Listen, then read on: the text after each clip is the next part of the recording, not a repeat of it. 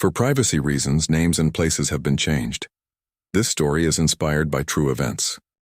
On the crisp morning of October 14, 2019, 38-year-old Helena Park left her family's home for a sunrise photo opportunity at Snoqualmie Falls. She never returned, despite an extensive and baffling investigation, revealing only her car neatly parked and phone powered down at the overlook.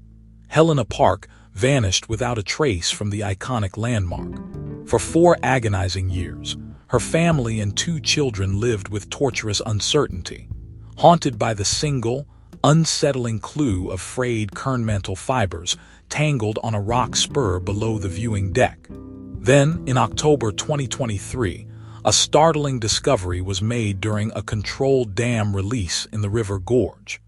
This is the complete investigation into what happened to Helena Park. Before we continue, let us know where you're watching from, and if you enjoy this content, consider liking and subscribing to our channel. Now let's continue.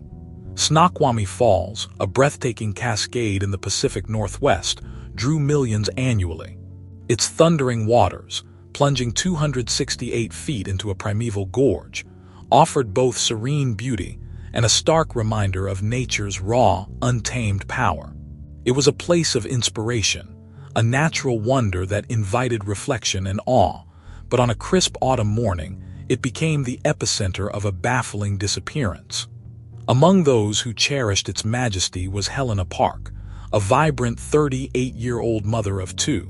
Helena, known for her keen eye and love of photography, had planned a sunrise visit to the falls that day, eager to capture the ethereal light as it kissed the mist rising from the gorge. She had spoken excitedly to her close friend, Naomi Chen, about her artistic endeavor, a brief escape into nature before the demands of her busy life resumed.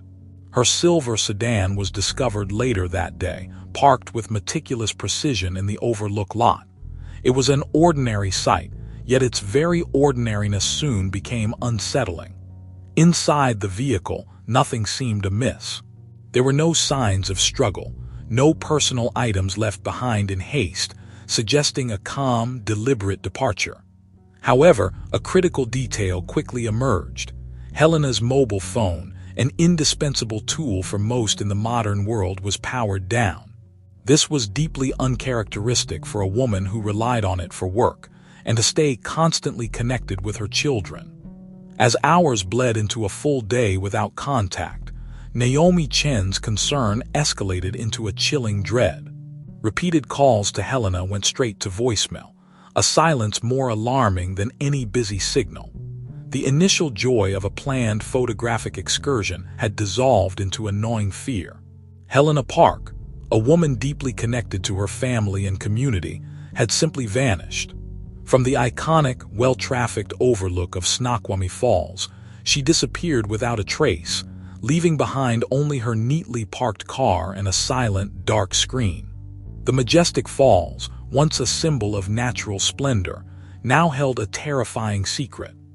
The alarm bells sounded loudly enough to draw the attention of the Snoqualmie Police Department, and soon, the burgeoning missing persons case landed on the desk of Detective Owen Baird.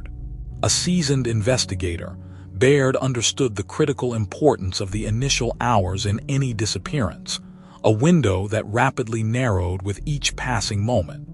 His first priority was to establish a comprehensive search. The area surrounding Snoqualmie Falls was immediately saturated with search and rescue teams. K-9 units scoured the dense forest trails leading away from the overlook. Specialized teams, equipped with rappelling gear, meticulously descended into the treacherous river gorge, navigating sheer rock faces and the mist-slicked terrain. Boats navigated the powerful, churning waters below the falls, their crews scanning the banks and submerged obstacles. The environment itself became a formidable adversary. The roaring falls, the deep, cold river, and the perilous, uneven gorge floor presented immense challenges to any recovery or evidence collection effort. Despite the exhaustive and painstaking search over several days, the results were disheartening. No body was found, no trace of Helena Park. There were no signs of a struggle near her parked car, no personal belongings dropped along any path, no definitive footprints, and no conclusive physical evidence to explain her sudden vanishing. The meticulous search yielded only emptiness, deepening the mystery rather than resolving it. Investigators, led by Detective Baird, grappled with the emerging theories. Was it an accidental fall into the powerful waters her body swept away? Could it have been a deliberate act, a suicide veiled by the fall's grandeur? Or more chillingly, did Helena encounter something or someone sinister at this seemingly peaceful location? Without a body, without any tangible evidence of what transpired, definitive answers remained agonizingly elusive. As the official search efforts began to scale back, Helena's close friend, Naomi Chen, refused to let the case fade into obscurity. She became Helena's most vocal advocate, making tearful public appeals for information, distributing flyers with Helena's photo, and organizing community awareness campaigns. Her unwavering commitment was a beacon of hope, but even her tireless efforts could not conjure new leads. The initial phase of the investigation had run its course, yielding no concrete answers, leaving Helena's family and friends in an agonizing limbo, haunted by the void of her absence. The exhaustive efforts of Detective Baird and his team, though professionally executed, could not conjure answers from the silence of Snoqualmie Falls.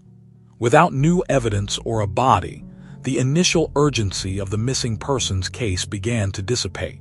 Intensive search operations, which had for weeks consumed police resources and volunteer hours, gradually wound down. Patrols around the falls returned to their routine, and specialized teams disbanded, leaving behind only the vast, indifferent landscape and an unanswered question.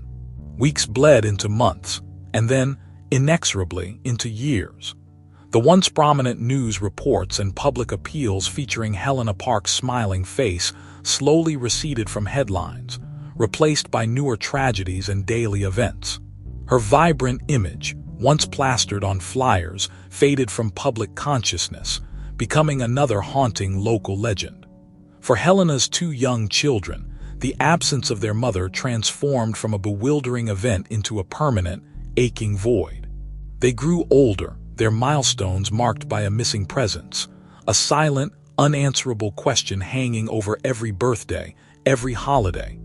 Naomi Chen, however, refused to allow Helena's memory to fade.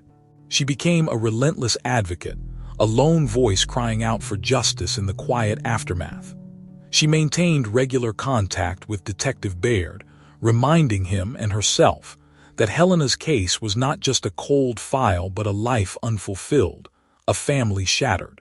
Her unwavering commitment was a fragile beacon against the encroaching darkness of forgetfulness. The file on Helena Park's disappearance, once thick with initial reports and search grids, eventually moved from the active investigation cabinet to the colder archives. It became one of the many unsolved mysteries that haunted the region, a chilling testament to lives that simply vanished without explanation.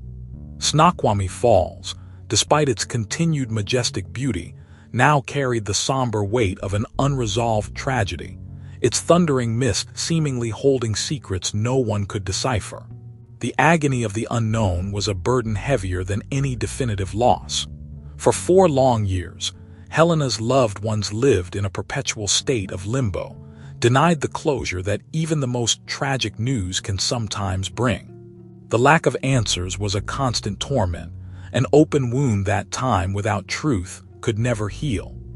Initial theories, accidental fall, suicide, or something more sinister, remain just theories, each equally plausible yet equally devoid of corroborating evidence. The case of Helena Park lay dormant, a testament to the frustrating limitations of even the most dedicated investigative efforts when confronted with an utter vacuum of clues. For 4 long years, the case of Helena Park lay dormant, a file gathering dust in the cold case archives, a haunting whisper among the thundering roar of Snoqualmie Falls. The landscape offered no further clues, and the initial, exhaustive searches had yielded only frustration. The hope that once flickered in the eyes of Detective Owen Baird and the relentless advocacy of Naomi Chen had dwindled, replaced by a quiet, persistent ache of the unknown. The falls continued its majestic plunge, an indifferent witness to a mystery that seemed destined to remain unsolved. Then, unexpectedly, a new lead emerged from the very heart of that enduring mystery. During a routine inspection by park maintenance personnel, a peculiar anomaly was noticed on a jag. Rock spur jutting out precariously from the cliff face, several dozen feet below the main viewing deck.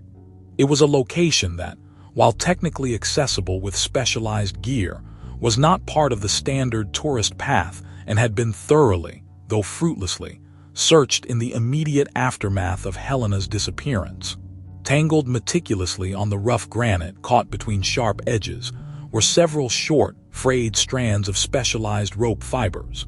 Forensic analysis quickly identified them as kernmantle fibers, a type of rope known for its high strength, typically used in climbing, caving, and rescue operations.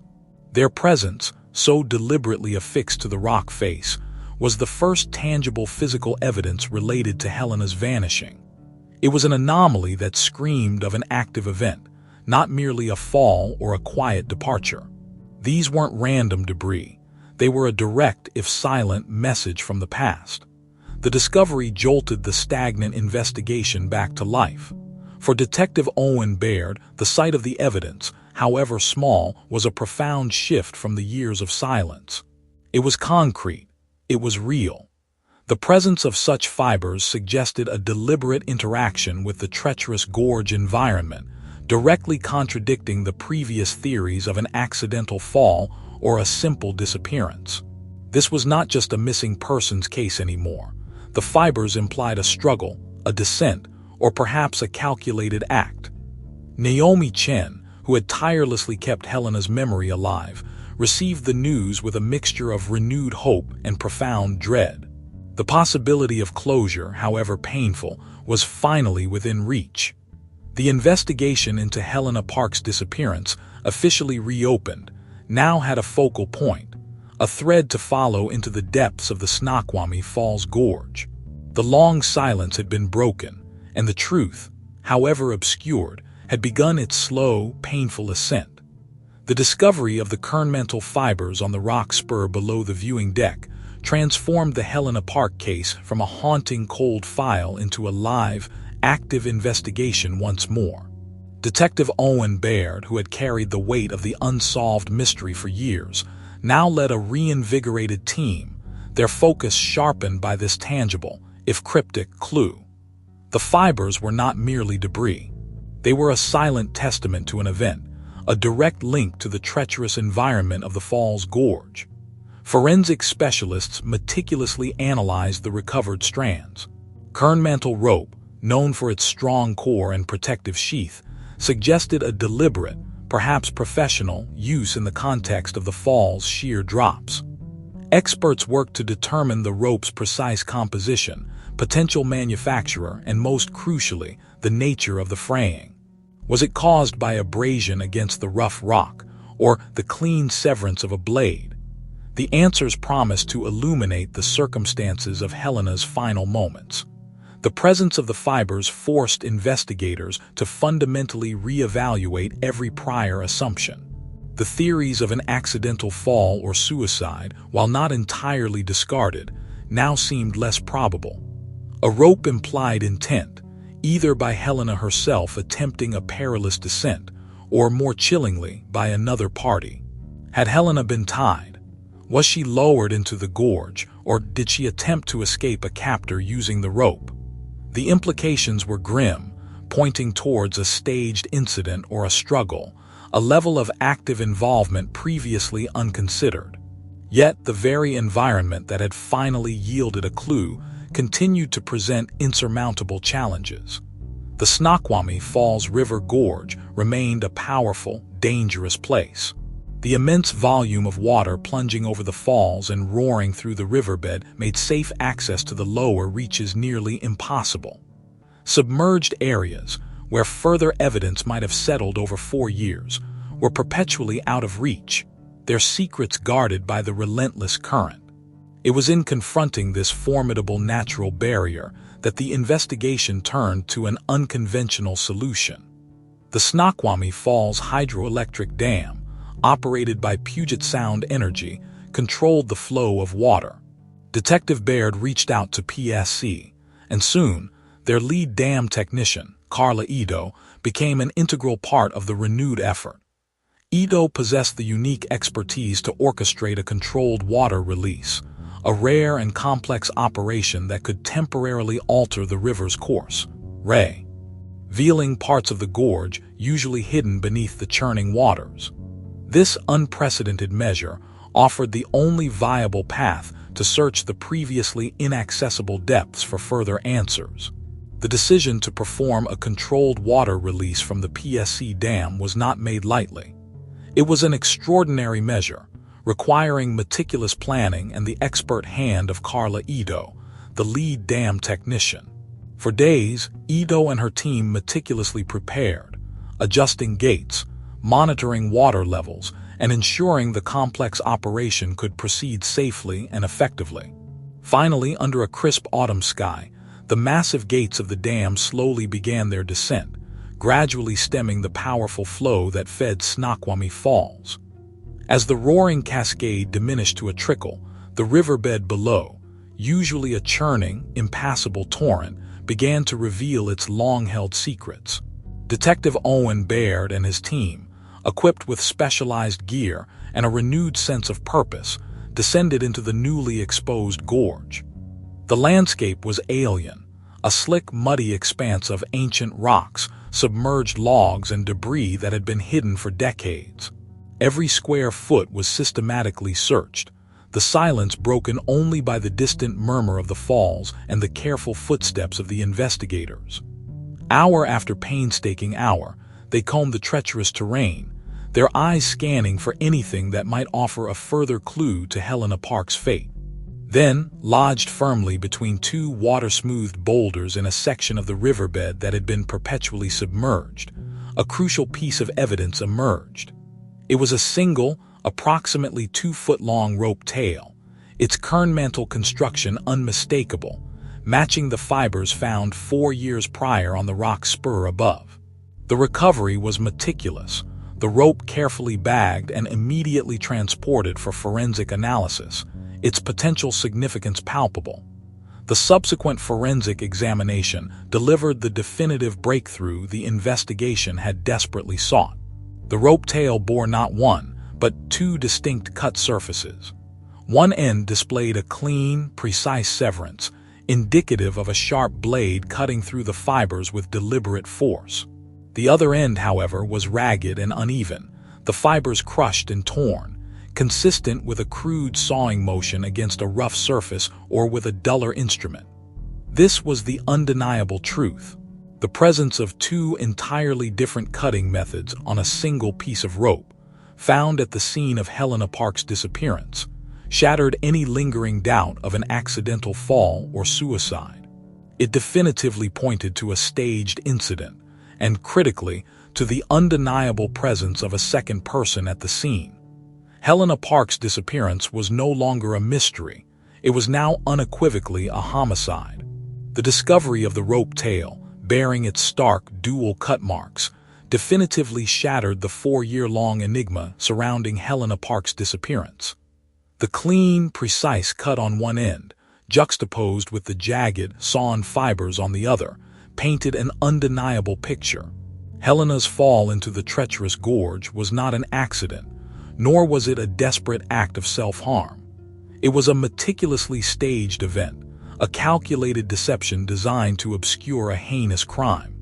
The presence of 2 distinct cutting methods on a single piece of evidence, found at the scene, unequivocally pointed to the involvement of at least one other individual, a perpetrator who had orchestrated Helena Park's death, and then attempted to conceal it as a tragic vanishing.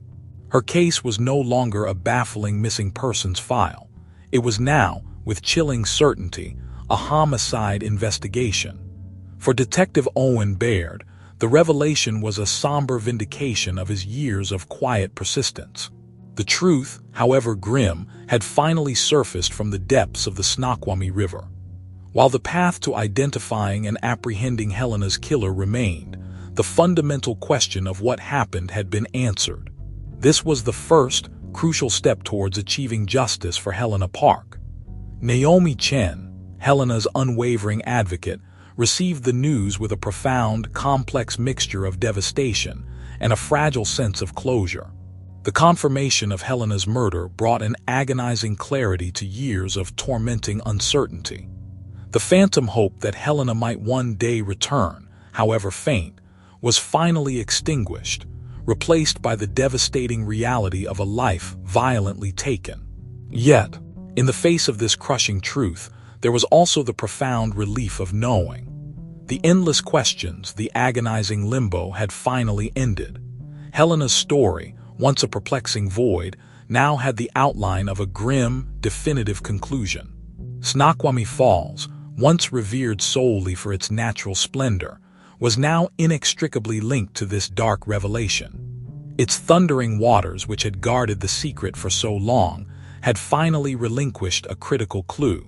The majestic landscape, once a backdrop for awe and inspiration, was forever marked by the chilling reality of a staged crime, a place where beauty had masked betrayal. Helena Park, a 38-year-old mother of two, would be remembered not just as a woman who vanished, but as a victim whose truth was unearthed by an extraordinary confluence of dedicated investigation, unwavering advocacy, and the unique circumstances of a controlled dam release. Her legacy became a testament to the relentless pursuit of justice, even when confronted by the most formidable natural barriers and the passage of time. The long journey from a baffling disappearance to the shocking truth had finally reached its painful, yet resolute, end.